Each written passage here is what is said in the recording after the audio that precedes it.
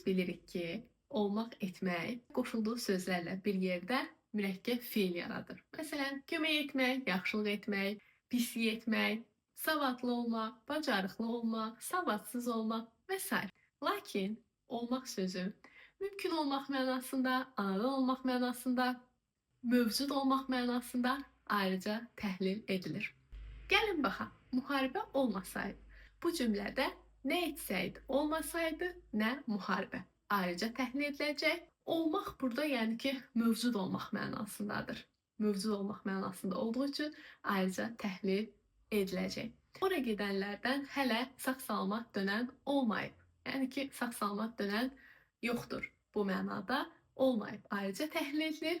Ora gedənlərdən sağ-salamat dönən kim? Burada isə bir yerdə təhlil ediləcək. Fe'li sifət özündən əvvəlki sözləri özünə tabe edərək bir tərkib yaradır.